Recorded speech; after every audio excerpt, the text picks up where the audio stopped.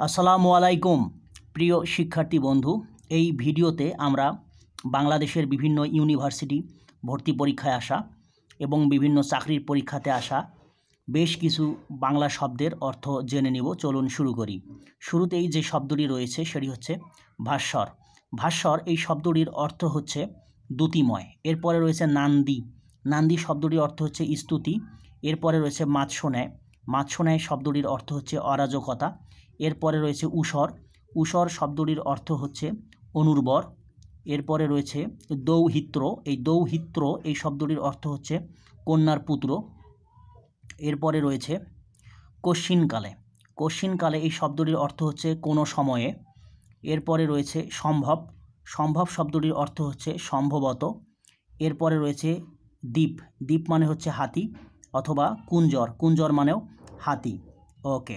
এরপরে রয়েছে অনুযোগ। অনুযোগ শব্দটির অর্থ হচ্ছে নালিশ। এরপরে রয়েছে সাম্য। সাম্য শব্দটির অর্থ হচ্ছে সমতা। ওকে।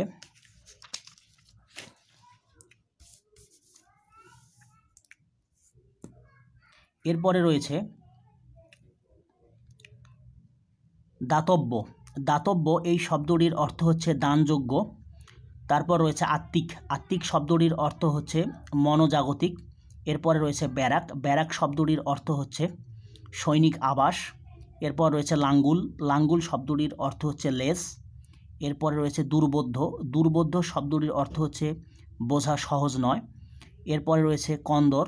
কন্দর শব্দটির অর্থ হচ্ছে পর্বত গুহা, খাত অথবা গুহা। অপশনে যেটি থাকবে সেটিকে উত্তর হিসেবে দিতে হবে।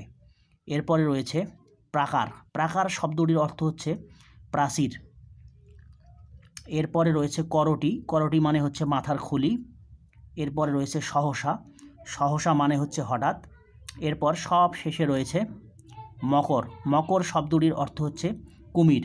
প্রিয় শিক্ষার্থী বন্ধু, এরকম আরও নতুন ভিডিও পাওয়ার জন্য আমার চ্যানেলটি সাবস্ক্রাইব করার জন্য আপনার প্রতি বিশেষভাবে অনুরোধ রইল। আশা করি আপনি ভালো থাকবেন। আসসালামু আলাইকুম।